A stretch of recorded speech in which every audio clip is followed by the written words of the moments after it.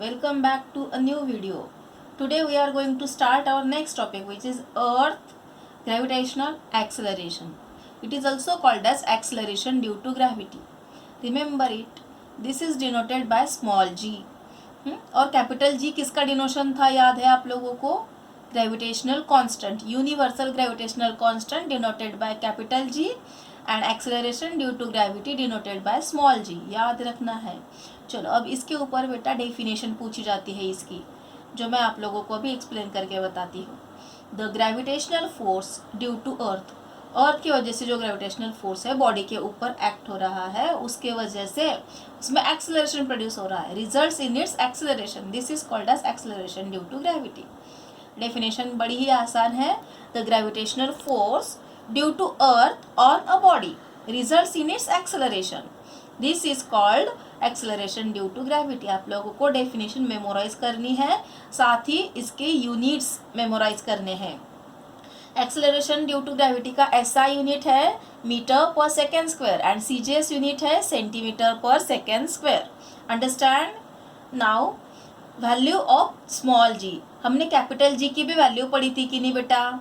याद है क्या आप लोगों को? क्या बताई थी मैंने आप लोगों को? कैपिटल जी की value 6.673 into 10⁻³ newton metre square पर केजी स्क्वायर, ये वैल्यू हमने पढ़ी थी. अब उसी प्रकार से स्मॉल जी की भी वैल्यू अपने को कैलकुलेट करनी है कि वो क्या होती है.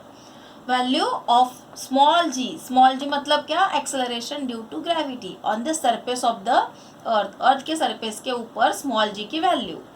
ठीक है. अब इसको कैलकुलेट करने के लिए हमें किसका सहारा लेना है, किसके हेल्प से करेंगे? The law of gravitation. Law of gravitation क्या कहता है कि ये जो फोर्स है, gravitational force is equal to G(m)m upon are square. Capital G मतलब क्या है? Universal gravitational constant. Capital M मतलब mass of earth, small M मतलब mass of object, upon are square. R square मतलब क्या है? रेडियस ऑफ द अर्थ और the distance between two object, दो ऑब्जेक्ट के बीच का डिस्टेंस मतलब स्मॉल आर होता है. तो आप लोगों को ये फॉर्मूला याद है कि नहीं? हमने पढ़ा था. क्या फॉर्मूला बताया था मैंने आप लोगों को? फिर से एक बार यहाँ पे रिवाइज हो रहा है हमारा. ग्रेविटेशनल फोर्स का फॉर्मूला क्या है? F is equal to G(m)m upon are square. ठीक है. तो यहाँ पे कैपिटल M मतलब मास ऑफ अर्थ. अर्थ का मास आप लोग याद कर लो बेटा. क्या है अर्थ का मास? 6 इंटू 10⁻24 kg, इतना मास है अर्थ का. 6 इंटू 10⁻24 kg. ठीक है. फिर हम 9th स्टैंडर्ड में न्यूटन का मोशन का सेकेंड लॉ पढ़े थे. Second law of motion Newton का 9th स्टैंडर्ड में पढ़े थे. उसमें फोर्स का फॉर्मूला अपने को क्या बताया गया था? F is equal to ma. याद है आप लोगों को? फोर्स का formula F is equal to ma. अब यहाँ पे a मतलब एक्सेलरेशन, लेकिन हमारा एक्सेलरेशन कौन सा है? एक्सेलरेशन ड्यू टू ग्रेविटी है, इसलिए हमने a की जगह पे क्या लिया है यहाँ पे? mg. F is equal to mg. इसको हमने इक्वेशन नंबर 2 दे दिया, यहाँ पे इक्वेशन नंबर 1. अब 1 और 2 से हम क्या बना सकते हैं? F के जगह पे ये वैल्यू डाल दो. mg is equal to G(m)m upon are square. m से m कैंसिल हो गया, mm कैंसिल, तो बचता क्या है? Small g is equal to capital G capital M upon are square. ठीक है बेटा. Small r is equal to radius of the earth. Small r is equal to capital R is equal to radius of the earth. Earth का radius क्या होता है? ये value भी आप लोगों को मेमोराइज करनी है. अर्थ का रेडियस की वैल्यू क्या है? 6.4 इंटू 10⁻6 मीटर. Remember this. ठीक है. तो ये अपना g का फॉर्मूला हो गया. आप लोगों को ये बात याद रखनी है. What is the formula of g? g का फॉर्मूला क्या है? Small g is equal to G(m) upon are square. चलो अब इसकी वैल्यू निकालनी है अपने को. इसके लिए हम क्या करेंगे? अभी इन सब की वैल्यू अपने को पता है. देखो कैपिटल जी की वैल्यू तो आप लोगों ने लर्न की हुई है. मास ऑफ अर्थ तो आपके पास देखो यहाँ पे मैंने लिख के रखा है. रेडियस ऑफ अर्थ यहाँ पे लिख के रखा है. इसको पुट करो, वैल्यू इक्वेशन में वैल्यू पुट करो, आप लोगों को आंसर मिल जाएगा. चलो डालते हैं. कैपिटल जी की वैल्यू क्या है? 6.67 इंटू 10⁻11 -11 इंटू 6 इंटू 10⁻24, ये मास हो गया अपना. Upon radius of the earth 6.4 into 10⁶। अब यहाँ पे स्क्वेयर है, इसलिए हमें यहाँ पे भी क्या करना है, स्क्वेयर करना है। ठीक है बेटा, चलो अब हम इसको कैलकुलेट करेंगे। तो ये वाला जो है यहाँ पे हमने क्या किया है, आप लोगों को थोड़ा सा याद दे दूँ मैं। देखो इंडाइसिस के रूल आप लोगों को पता है, a⁻m into a⁻n is equal to a⁻m+n। ये रूल याद आ गया क्या आप लोगों को? बस वही रूल अपने को यहाँ पे इस्तेमाल करना है। ठीक है बेटा, देखो यहाँ पे मतलब क्या आ गया, देखो 6.67 इंटू 6 ऐसे पास ले लिया हमने, इंटू 10⁻−11 + 24। अंडरस्टैंड? तो इसको सॉल्व करो अभी। 11 24 में से माइनस करो, कितना आता है 13। बड़े का साइन प्लस माइनस माइनस होता है। अंडरस्टैंड?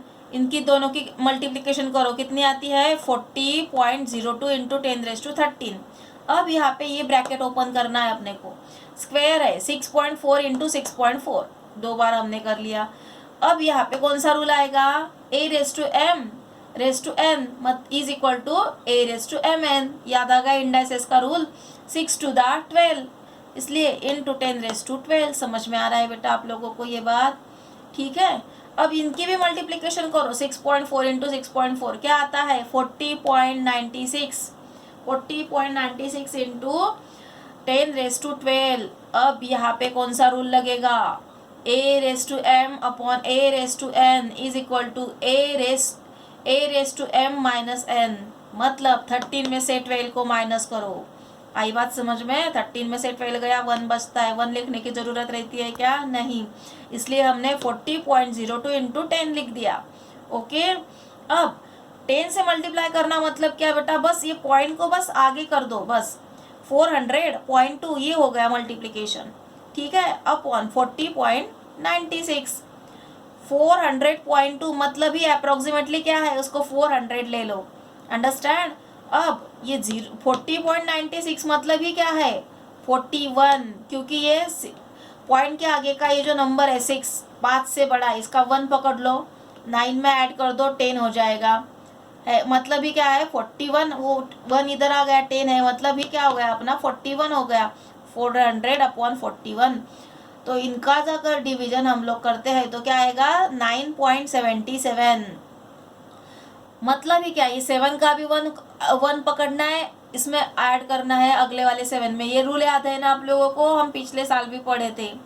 7 का 1 पकड़ो, अगले वाले 7 में ऐड कर दो तो क्या होगा 9.8।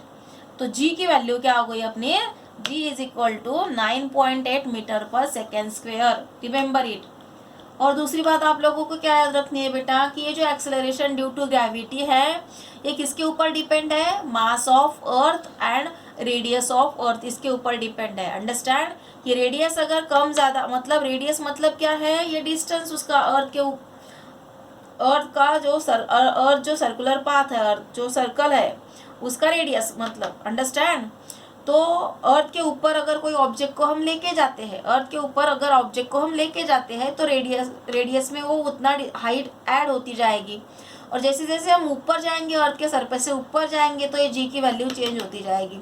अर्थ के सरफेस के अंदर जाएंगे तो भी जी की वैल्यू चेंज होती जाएगी। इसका मतलब क्या है, जी की वैल्यू कांस्टेंट नहीं है, वो फिक्स नहीं है, वो प्लेस टू प्लेस चेंज होती है। आई बात समझ में? अब हमें डिफरेंस बिटवीन इसमें देखना है बेटा, जो कि बहुत ही इम्पोर्टेंट टॉपिक है। किसका डिफरेंस बिटवीन ग्रेविटेशनल कांस्टेंट और एक्सेलरेशन ड्यू टू ग्रेविटी, इसमें डिफरेंस बिटवीन अपने को स्टडी करना है। ठीक है।